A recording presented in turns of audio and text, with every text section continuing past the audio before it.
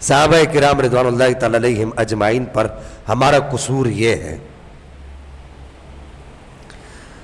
لوگ ہم سے پوچھتے ہیں کہ شاہ صاحب آپ کا کیا قصور ہے، آپ اہل بیت اطہار کا اتنا تذکرہ کرتے ہیں، پھر بھی لوگ آپ کے نام کے ساتھ کیا کیا لکھتے ہیں اور کیا کیا کہتے ہیں۔ تو میں کہتا ہوں کہ بھئی ہمارا قصور یہ ہے کہ ہم نبی پاک صلی اللہ تعالی علیہ وآلہ وسلم کی ہر نسبت کا احترام کرتے ہیں، بولے سبحان اللہ۔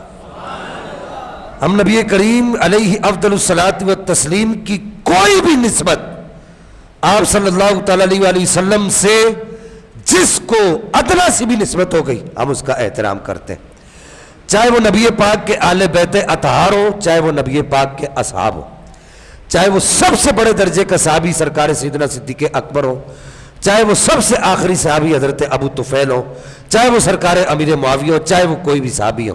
یہ جو ہم حضرت معاویہ کے نام کے ساتھ سرکار امیر معاویہ کہتے ہیں، یہ ہمارا قصور ہے۔ آپ کو بات سمجھ آ رہی ہے؟ یہ جو ہم حضرت ابو سفیان کے نام کے ساتھ سرکار ابو سفیان کہتے ہیں، یہ ہمارا قصور ہے۔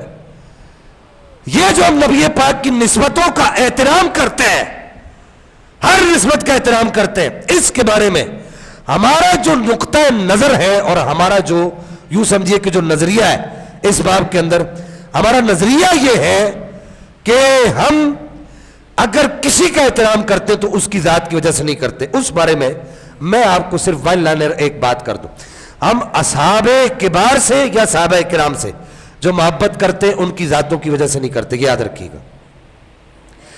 اسی طرح ہم اہل بیت اطہار سے، چاہے وہ ازواج مطہرات ہو، چاہے وہ پنج تن پاک ہو، چاہے وہ نبی پاک کے خاندان کے دیگر افراد ہو، دیگر اہل بیت ہو، ہمارا جو اہل بیت کا دائرہ وہ بڑا ہے۔ ہم نبی پاک کے ہر رشتہ دار کو جو ایمان لایا ہم اسے نبی پاک کا اہل بیت مانتے ہیں۔ ہم آل عباس کو بھی اہل بیت مانتے ہیں، آل عقیل کو بھی اہل بیت مانتے ہیں، آل جعفر کو بھی اہل بیت مانتے ہیں، ازواج مطہرات کو بھی اہل بیت مانتے ہیں۔ نبی پاک کا جو جو رشتہ دار ایمان لایا ہم اس کو نبی پاک کا اہل بیت مانتے ہیں۔ بڑے عرصے کی بات ہے، مجھے ایک مولوی صاحب نے کہا جی آپ سے مناظرہ کرنا ہے۔ میں نے کہا ٹھیک ہے مناظرہ کرو۔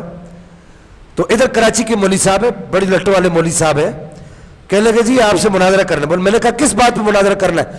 بولے اس بات پہ مناظرہ کرنا ہے کہ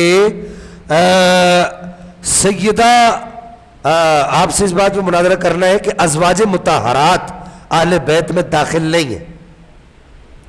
میں نے کہا آپ یہ کہیں گے کہ ازواج مطہرات اہل بیت میں داخل نہیں ہیں، آپ اس پہ دلائل دیں گے؟ بولا ہاں جی۔ تو میں نے کہا جی آپ اپنا دعویٰ، جواب دعویٰ وغیرہ اور حکم شرعی لکھ کر بھیج دیں۔ لیکن میں نے اس کے ساتھ ایک چیز ان کو اور لکھ کر بھیجی کہ میں نے کہا اپنے اپنے نصیب کی بات ہے مولوی صاحب کہ آپ اس بات پہ دلائل دیں گے کہ سیدہ خاتون جنت، سیدہ طیبہ طاہرہ، سیدہ فاطمہ الزہرا کی اماں جان، حسنین کریمین کی نانی جان اور مولا علی کی ساس صاحبہ حضرت سیدہ خدیجہ الکبریٰ رضی اللہ تعالی عنہا، وہ خاتون جس نے نبی پاک کے ساتھ 28 سال گزارے، ایک کمرے کے اندر 28 سال گزارے، وہ خاتون جس نے نبی پاک کے ساتھ بچوں کو سنبھالا، وہ خاتون جس نے نبی پاک کے لیے لوگوں کی جھڑکیاں سنی، وہ خاتون جس نے نبی پاک علیہ الصلوۃ والسلام کے قدموں میں اپنا سارے کا سارا مال نچھاور کیا، وہ خاتون جس نے پورے عرب کے بڑے بڑے عمراء، وزراء، بڑے بڑے تجار، تاجروں کے رشتے ٹھکرا دیے اور عبداللہ کے در یتیم کو اپنے شوہر نامدار کے طور پر قبول کیا، وہ سیدہ طیبہ طاہرہ راضیہ مردیہ مزکیہ سیدہ فاطمہ الزہرا کی اماں جان، ان کے بارے میں آپ یہ دلائل دیں گے کہ وہ اہل بیت سے خارج ہے اور میں ان کے بارے میں یہ دلائل دوں گا کہ وہ اہل بیت میں داخل ہیں؟ مسئلہ سمجھ آیا آپ کو؟ میں نے کہا مولوی صاحب بات اپنے اپنے نصیب کی ہے، قیامت کے دن تو بھی کاسا لیسی کرنا، تو بھی اپنی جھولی پھیلا کے کھڑا ہونا، میں بھی اپنی جھولی پھیلا کر کھڑا ہوں گا، میں سیدہ پاک کی بارگاہ میں عرض کروں گا سیدہ طیبہ طاہرہ ام الحسنین کریمین سیدہ فاطمہ الزہرا رضی اللہ تعالی عنہا وسلام اللہ علیہا، ان کی بارگاہ میں عرض کروں گا اماں جان میں آپ کی اماں جان کو آپ کے بابا جان کے اہل بیت میں شامل مانتا رہا ہوں، اور یہ مولوی صاحب آپ کی اما جان کو آپ کے بابا جان کے اہل بیت سے داخل خارج مانتے رہے, شامل نہیں مانتے رہے. میں نے کہا مولوی صاحب اپنے اپنے نصیب کی بات ہے, تو یہ سوچ لو کل بروز قیامت تم علی کو کیا منہ دکھاؤ گے, علی کے بچوں کو کیا منہ دکھاؤ گے؟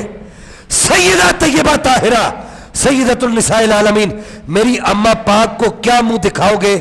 سیدہ فاطمہ الزہرا کو کیا کہو گے مولوی صاحب کہ میں آپ کی اما جان کو نبی کے اہل بیت سے خارج مانتا تھا؟ وہ دن ہے, آج کا دن ہے. مولوی صاحب نے دوبارہ کوئی جواب نہیں دیا. تو کہنے کا مدعا یہ کہ ہمارے ہاں جو اہل بیت کا جو معیار ہے وہ بڑا. ایک مرتبہ درود پاک پڑھیے.